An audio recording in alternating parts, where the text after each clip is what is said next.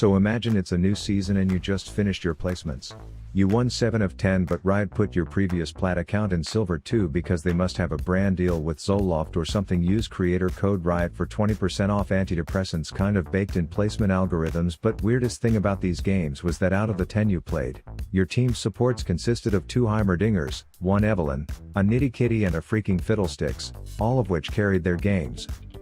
Now if I were to say what does Nidalee and Evelyn have in common, I'm willing to bet that outside of a bunch of prepubescent pervs admitting to at one time or another hitting the 5-knuckle shuffle on the old piss pump at the thought of one of them finishing off their own dragon, most people would say they'd report or leave any lobby where their support locked in either of these picks. But I'm seeing stuff like this pop off as support in every game, and while my theory is that ADCs are just trash cans so anything down there will excel, Mr. Riot Freak seems to think that ADC players are just stupid and think this strong role is actually weak. Ultimately, TLDR, I actually don't think AD carries a weak role, so it doesn't matter if the role is actually strong or if I think the role is actually strong. Players don't think it is, which means... And maybe he's right, but you can't expect people who main a role that can be played without your keyboard plugged in 90% of the time to be the brightest crayons in the pack. But regardless, I figured I'd break down 2 games where a weird AP assassin support pick carried me, so if you are pumped to see a new wave of off-meta morons revolutionizing the bot lane, please politely slap the piss out of my subscribe button till it turns blue and let's get into the games.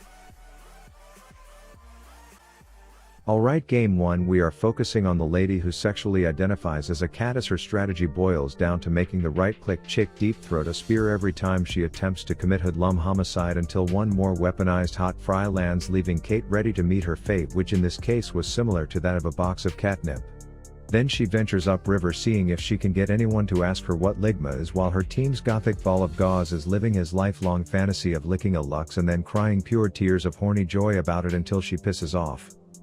Nid the kid didn't get her whiskers wet though, so she's in heavy pursuit throwing spears at the ghost of Graves past, but her intentions of treating him like Riot treated his cigar and removing him from the rift can be felt as another spear hit his voicemail before deciding to screw accuracy by taking matters into her own paws and unironically offering Graves a lighter, knowing damn well he has nothing to do with it anymore except for burn to death.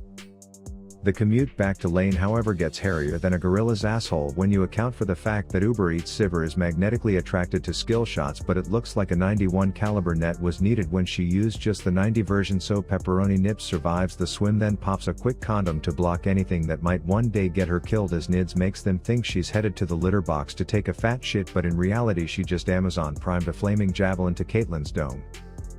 Then she opts into taking the scenic route back to lane, and by scenic I mean the view of Kate and Lux from behind.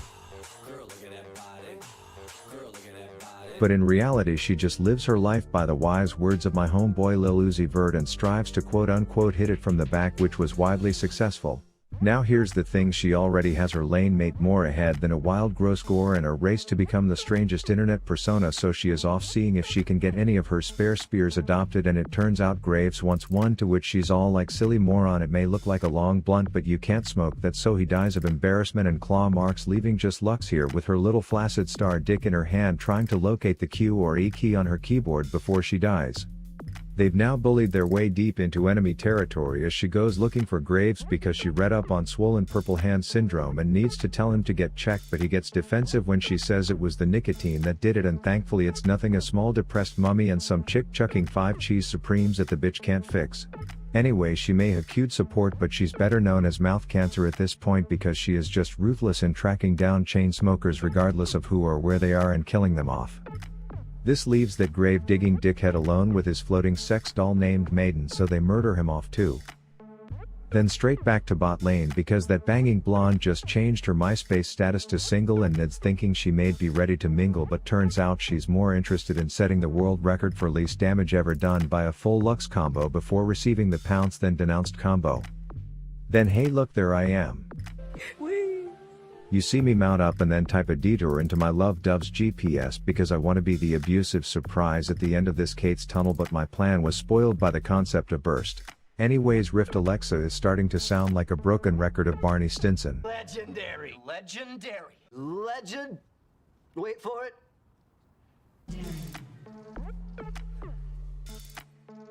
As she kebabs the snake and then hits a timely spear on the hunchback of all chat flame before contributing to a little bit of reverse police brutality and nabbing a double off of Mafia Man. Then it's just that Swedish fish slither tits left and everyone else is ready to call it a day, but no, not my AP assassin support who won't settle for anything less than going 15-0 and carrying my ass in this surprising performance. So maybe a fluke, but let's get into the very next game where I was graced with yet another off-meta support who I was already preparing to flame the second she did one thing wrong. And this one didn't start out with a steamroll straight out of the gates like the last. As you see, her first flash engage may have technically worked like a charm, but it by no means went to plan, so a 1-for-1 was all she got out of it. But then she decided to row more than a missing Alzheimer's patient to assist that sad band-aid in desperate need of some Rogaine in his devious plans to murder the sigh that likes to wreck over by her chickens.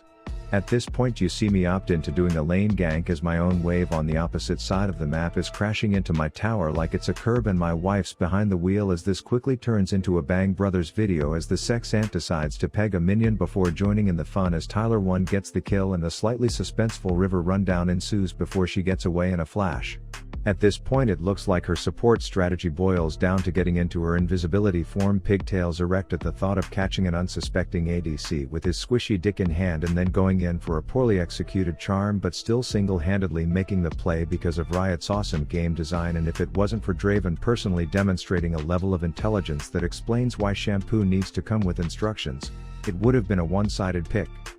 We get word that one of those big-ass beetles is lurking in one of the grass patches, so we opt to use the buddy system to exterminate it as a wild windshitter appears, knowing he can't resist the opportunity to push that alt key when it lights up despite how bad of a situation it puts himself in, which is a big indicator of Yasuo syndrome, to which the OGs and the stands already know how to properly diagnose.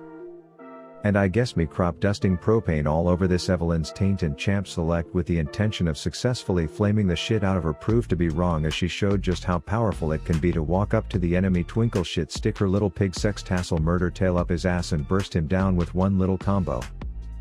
They vandalize the statue to the point where it falls down, and then she welcomes Bobby the Beetle in for a little makeout sesh in the shrubs, all while Draven is 6 feet over getting full-blown butt fucked, so she promptly looks the other way so she doesn't have to lie to detectives when they ask her about the night Draven disappeared.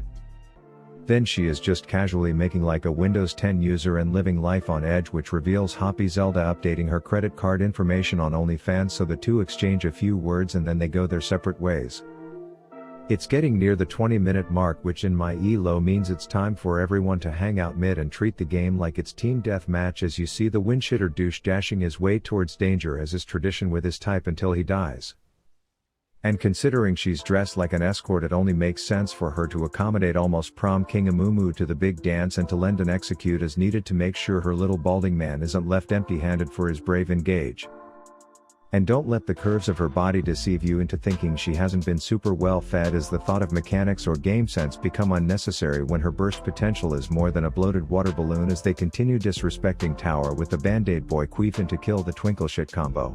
She typed dragon into her Google Maps and is en route to what looks like box trying to determine what came first, the Anivia or the egg, only to learn the hard way what happens when an AP assassin lives in a lane with one of those gold donating marksmen in the early game.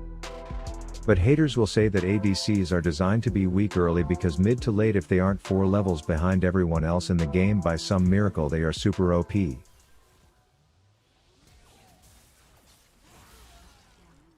The windshitter is remaining consistent in being more outnumbered than a young Riley Reid on a casting couch, as I've yet to come across anyone who plays that champ who doesn't have a fetish for dying on repeat after 20 minutes in, which puts a few more pennies into the piggy bank with Pigtails Fund, which will be used to track down Riven and make sure that she is not in the mood to queue up for another game after this bullshit.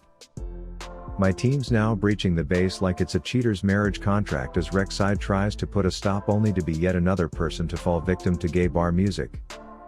Anyways, at this point I am able to just sit back, feet up on the table, popcorn single file line entering my pie hole as this pink sex ant does all the work to get these dumb pigs lower than a limbo bar in hell, and then I clean it up and get all the credit as this pattern repeats itself a few times until even their Nexus towers are just ready to FF go next. And with that, I think it's become apparent that the support meta is less organized than a crypto project, and I'm all for it. So if you enjoyed the words you heard in this one, please piss on my sub button and brush your teeth tonight. Rav out. Don't fuck with Rabby boy, I'm in your crib with the blappy boy. Talk to me slick and I'm popping your pappy. If happy talk back, then I'm taking your Grammy, and boy oh boy I'll make her happy.